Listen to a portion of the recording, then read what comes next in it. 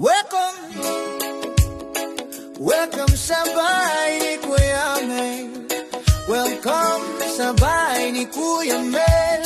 Welcome sa bahay ni Kuya Mel. Magandang umaga po mga kalingap. Ito po si Kuya Mel. Ngayon po ay nandirito tayo sa Basud.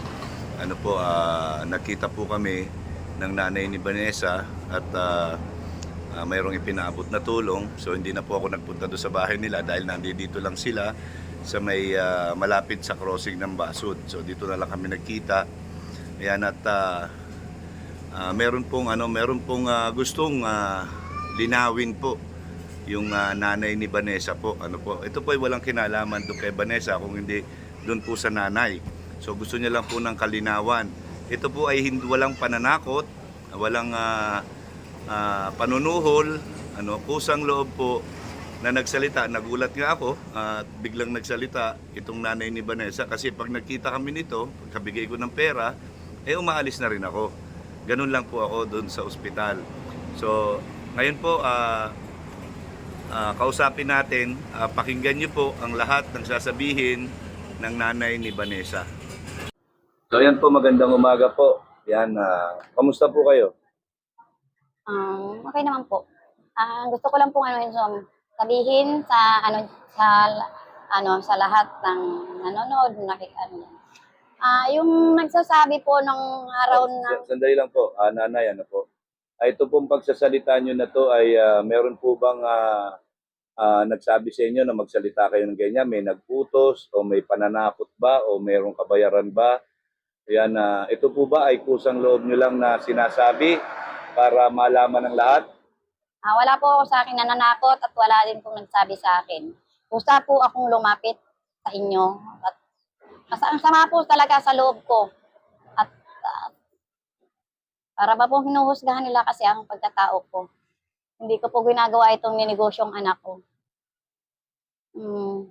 Yung time po na nawala ang anak ko, wala akong tinawagan na tao, kundi yung mga kamarangay ko po, barangay official. Kasi hindi ko po alam kung anong gagawin ko nang ilabas yung anak ko. Hindi po ako doon binablog. Nung pinasok po sa morgue yung anak ko, syempre, nanay ako, hindi ko na alam kung ako lang mag-isa. Hindi ko po alam kung sino sana tatakbo. Nandun ba si Kuya Mel nung time na yon na kasi Wala po. sinasabi, nandun daw ako at nagbablog? Wala po. Wala pong vlogger na kung sinong vlogger man, wala pong vlogger doon. Wala pong camera. Kasi po yun, madilim nga po doon sa lugar ng morgue. Ang naandun lang po tinawagan ko, unang-una ko pong tinawagan yung kaibigan ng anak ko. Ang sumunod po sila kagawad kasi po hindi ko alam. Sabi ko, saan ko dadalahin yung ang bangkay ng anak ko kasi kung ako lang. Tumawag po ako ng barangay council, dalawa po yun ng council. Pumunta doon, yun ang tumulong po sa akin. Tapos po, bakit makapanood ko? Bakit ganon? Napatay na nga yung anak ko. Bakit daw pinapablog ko pa? Hindi po ako ganong nanay. Na gano'n, doon na po ako sa ganung sitwasyon, gagawin ko pa yun sa anak ko. Sana naman po, parang awan nyo naman po, huwag nyo naman pong gawa ng issue. Patayin na po yung anak ko. Ginagawa nyo pa? Makipag-usap po kayo ng maayos sa akin. Pumunta po kayo sa bahay. Anytime po, harapin ko naman kayo. Kasi po, wala po akong taong sinusumbungan o sinisiraan kayo para may bumigay lang ng pera sa anak ko. Sino itong tao na ito? Si Dr. Love po, sinasabi niya na nagpa-vlog pa, pina-vlog ko pa yung anak ko. Sana naman, Dr. Love, kung tumutulong ka, sana naman po bukal sa kalooban mo. Huwag niyo naman pong isumbat yung mga tinutulong niyo. Hindi ko naman po yung ginastos ko yun sa anak ko. Alam mo naman po yung kalagayan niya, nakita mo, pinasilip ko sa'yo. Alam mo kung gano'n nahihirapan si Vanessa. Tapos gano'n niya sa akin. Hindi ko, Dr. Love, ginagawa ito para lang sa akin. Ginabalan ko yung mukha ko kasi alam kong wala ako pong malalapitan. Kasi alam niyo kung mahirap kami. Kaya ako lumapit sa mga taong makakatulong sa akin. Bakit daw kailangan niyong hanapin yung pirang inabot sa akin? Ginastos ko yun para sa anak ko. Kasi pinagbintangan ako magnanakaw. Yung pong pirang sinasabi mong na inabot sa akin na hindi mo naman pinapangalanan. Yung pong 10K, yung tinanong mo baga po ako. Yung 10K, alangan naman pong isa-isahin ko sa'yo, yun lang naman ang tanong mo. Siyempre po, yun ang sasagutin ko. Alangan naman pong, hindi mo naman ako tinatanong nung ibang yun. Magdaldal ako ng magdaldal. Anong klaseng nanay naman po ko nun? Yun po, una naman yun inabot sa akin ni Kuya Mel. Saka wala naman po pati nangyayaring nagbablog si Kuya Mel doon sa akin. Ikaw nga po, grabing ang tagal-tagal ng video mo. Kasi kahit nang dialysis na yung ano ko, nagpaiwan ako doon. Ilang minutes din tayo nung ibinidyo mo ako. Bakit hindi nagpapablog na si Vanessa sa kanya? Ayaw niya na po. Yun lang sinabi niya. Ayaw ko nang magpa-vlog, mama. O, di ko naman po yun. Di ko man siya pinilit. Siya naman po ang kusang nun. At siya naman po ang kusang nag-ayaw. Hindi ko naman sinabi sa kanila, mag-ayaw ka na anak dyan. Kasi Yung paglalayas niya at sumama doon sa boyfriend niya, totoo ba yun?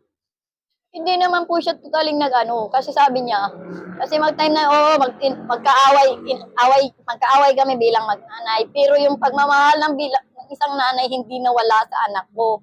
Nagmamakaawa pa rin ako sa kanya na, pag ka nang umalis, mag-traral ka, kasi may tumutulong sa'yo. Pinili niya nga yung sumama doon. Wala naman masama sa akin to, basta alam ko yung nasaan yung anak ko. Pinayagan mo ba siya? Hindi naman po sa kasi hindi na nga po kami nag-uusap. Pero hinanap ko po yung anak ko kung nasaan. Kasi nga po, nagkaproon kami siyempre, yung anak ko, natampo sa akin.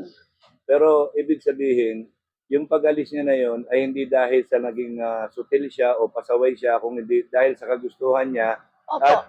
At pinaalam naman sa'yo. Nag-ano naman po siya, hindi na nga nagdirekta sa akin sa mga ganyan, sa magkabarkada niya, sa kapatid niya na pupunta nga po siya ng Laguna. Hindi siya makadirekta na lang sa akin na, mama, aalis ako. Kasi nga, syempre, nagtatampo pa din siya, galit nga siya sa akin. Hindi niya pinadaan sa akin, pero bilang isang nanay po, hindi ako naging pabayang nanay. Kung iniisip niyo, pabaya akong nanay, hindi ko mahal yung anak ko. Sobra ko pong Pero mahal. bumalik naman agad sila, di ba? Opo. Bumalik siya, pumunta siya sa akin, humingi siya kasi nagpiesta lang sila ng takad. Pumunta siya doon, sabi niya sa kapatid niya, sabihin mo kay mama, ganito hingi ako ng mga dadalahin. Inasikaso ko yun, pumunta siya sa bahay, balik ulit sila ng Laguna. Tapos nung siguro naglilin na siya masilan, umuwi na siya po dito, okay kami, babanding kami lagi noon. So, ibig sabihin, naging okay na sa'yo yung pagsasama nilang dalawa? Opo, tanggap ko na po kasi magkakaroon na sila nga ng baby. Okay po, wala po kami ng problema. Nagbalik na po yung simula nung pagkabata niyang nagbabanding na kami. Tapos lagi na siya mama, pupunta ako dyan. Mama, pupunta tayo sa ganito. Ganun po kami, pero sasabihin niyo kung sabing suwel yung ko, kung ano-ano yung mga chika-chika niyo, hindi po yung totoo. May time lang na nagkakaproblema, siguro naman naranasan. Kasi lagi nilang sinasabi, pasaway daw si Vanessa. Sabi yun, hindi naman si totaling pasaway po. Mabait pong bata ang anak ko. Mabait po yan kahit tanungin mo sa mga kapitbahay. Mabait na bata yan. Pag pinagsabihan niyo po yan, hindi po yan sasagot. Siguro sa akin sasagot siya, pero sa inyo yung katad niyo, papangaralan. Hindi po pala sagot yung anak ko. Tutulo na lang yung luha noon. Kaya yung hindi po swell na bata kung ano yung anak ko. So, ano masasabi mo doon sa pinaratang sa akin magnanakaw ako? Natatawa na lang po ko sa kanya kasi sabi ko, natanggap ko naman po yun. Bakit sasabihin niya nagnanakaw si Kuya Mel? Natanggap ko naman yun. May katotohanan ba yun o wala? Wala po. Siya lang naman ang nagbigay ng ng motibo. Yung pagpunta ko daw doon nung araw na nung oras na namatay si Vanessa, humabol daw ako sa iyo at nagbigay ako sa iyo ng 5,000. Uy, wala ka naman po doon. Hindi ka naman po punta doon. Oo, may nag-chat sa inyo na wala na si Vanessa or nagtawag. Pero wala ka naman po doon kasi sabi mo sa malayong lugar ka. O paano naman po makakapunta ka doon? Kaya nga, kasi yun ang sinasabi niya palagi. Kaya naman po ipinaabot yun. Kasi baka siyempre, mag-asa kayo, nag-asa pa na, andun sa ospital si Vanessa, nakikipaglaban pa rin. naiuwi na nga po at humuko na yung katawan ng anak ko. Tama. Nung time po kasi nung 13, dinialysis po siya. Alam ko yun, nagpunta ako doon. Hininto po ng mga doktor o nurse yung magda-dialysis kasi po bumaba na po yung heartbeat po niya at saka yung oxygen. Oo. Isang oras lang po yun, inakyat na siya. Tapos po tinawagan na ako nung kapatid ko po na pinapunta ko doon at yun naman po ang nagbabantay, pinapunta ako doon kasi sabi po may importante akong pipirmahan. Pumunta po ako doon. Pagpunta ko po sa dialysis center, wala na yung wala na yung anak ko sa yung mabantay. Sabi ko, bakit kaya wala? Ano pa yung gusto mong ipaalam sa mga manonood ni Vanessa, no? Dahil doon sa mga kumakalat na mga kung ano-ano sa mga vlog, di ba? Sana po huwag na kayong maniwala sa mga nagbablog, nagsasabi na ganyan kasi wala naman po katotohanan lahat ng sinasabi niya. Lahat-lahat po walang katotohanan. Sino yan? Ay, yung tao po, si Dr. Love. Kahit po, si Dr. Love, naamon kita ngayon. Pumunta ka sa bahay. Sabihin mo lahat ng ano mo. At hindi totoong nagpa-vlog ako doon sa morgue.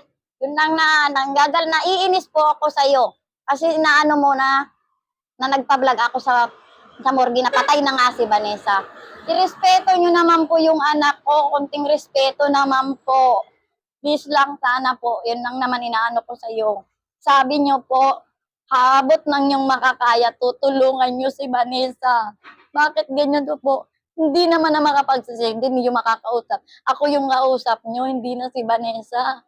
Bakit po ang sasabihin nyo ganun, ulit-ulitin nyo? Kung tutulong kayo, hindi na sa akin ipapaabot nyo sa kapatid ko. So sige, yung kapatid ko ang tulungan nyo, baka yun ang nangangailangan sa ngayon. Yun ang gusto niya at yun ang lagi niyong binabanggit, inuulit-ulit niyo na parang walang kwentang nanay. Sobra naman kayo, doktor, na pumunta kayo yun sa bahay, naamon ko kayo. Naandun ako. Ngayon, wala ako ngayon sa bahay. Maya-maya po, uwi na po ako at may nilalakad lang, inaasikaso lang po akong ng anak ko. So, ngayon, maraming salamat sa salaysay mo, no? Inuulit ko, mayroon bang nagsabi sa iyo na magsalita ka ng ganyan? May nanakot ba sa'yo? May nagbayad ba sa'yo? Wala po. Kusang loob ko po ito. Kasi po, sa napanood ko, hanggang ngayon po, naiinis po ako, nanggagalaiti po ako. Bakit po kailangan sabihin niyang gano'n ako sa live niya? So once and for all, yan, kasi pinaratangan niya ako magnanakaw, ikaw ang makakapagpatunay niya, sabihin mo ngayon kung ano yung totoo. Hindi po magnanakaw si Kuya Mel. Kasi po, si Kuya Mel, kung ano po talaga yung inaabot na tulong ng mag-sponsor, inabot niya po yun sa akin. Natanggap ko po yun, iginamit ko po yun sa pangangailangan sa ospital ni Vanessa. Sa iyo naman po, kay Dr. Love naman po, yung pong tulong na yun, alam ko po, hindi naman yun sa sariling bulsa mo. Bakit ka pa kailangan mangkalaiti, inabot mong yun? Kung ganyan din naman po, sana wag ka na lang nagtulong. Kung ganyan po masama din naman pala, magiging masama din naman po ako sa paningin nyo. So, ayun, maraming salamat sa iyo, nanay, ano? Ito ay mananatiling katibayan sa katotohanan, di ba? So, maraming salamat at nakikiramay muli ang Team Kalingap, si Kuya Mel Val Santos Matubang Kalingap Rab ay nakikiramay sa inyong mga naiwan ni Vanessa. Yan, lalo na doon sa anak niya, ako'y talagang awang-awa sa anak, batang-bata pa talaga, wala pa kamuwang-muwang, nilisan niya na kagad ang mundo. Yan, pero sana pagdasal natin na ngayon si Vanessa ay nasa langit na kasama ang mga anghel. Yan, sana'y malaya siya, maging masaya siya. Yan, at hipuin niya ang puso ng mga lahat ng mga sinungaling na tao. May papahabol lang po ako. Sa lahat pong nagmamahal sa anak ko, sa 22 pala po, sa 22 na po, ililibing yung anak ko. Sa 22 ng alauna. Gusto pong makita yung anak ko sa huling pagkakataon. Sa 22 po ng alaonan nyo, huling masisilayan ng anak ko. Maraming salamat po. Salamat po. God bless po sa inyo. So yan po mga kalingap, Magkano? narinig po natin ang salaysay ng nanay ni Vanessa sa katotohanan. Sa mga nagpapaloko po dito sa tao na ito, na inakusahan akong magnanakaw, kayo na po ang humusga. So maraming salamat po sa salaysay ni nanay ni Vanessa. Yan, at sa lahat po ng mga sumusuporta, yan, maraming salamat po sa lahat ng mga tumulong kay Vanessa. Hindi ko na po kayo isa-isahin. Maraming salamat po sa inyo. Yan, ang libing po ay sa 21? 22 po, 22. Yan, July 22 po. Alauna po. Alauna ng hapon. Maraming salamat po. God bless.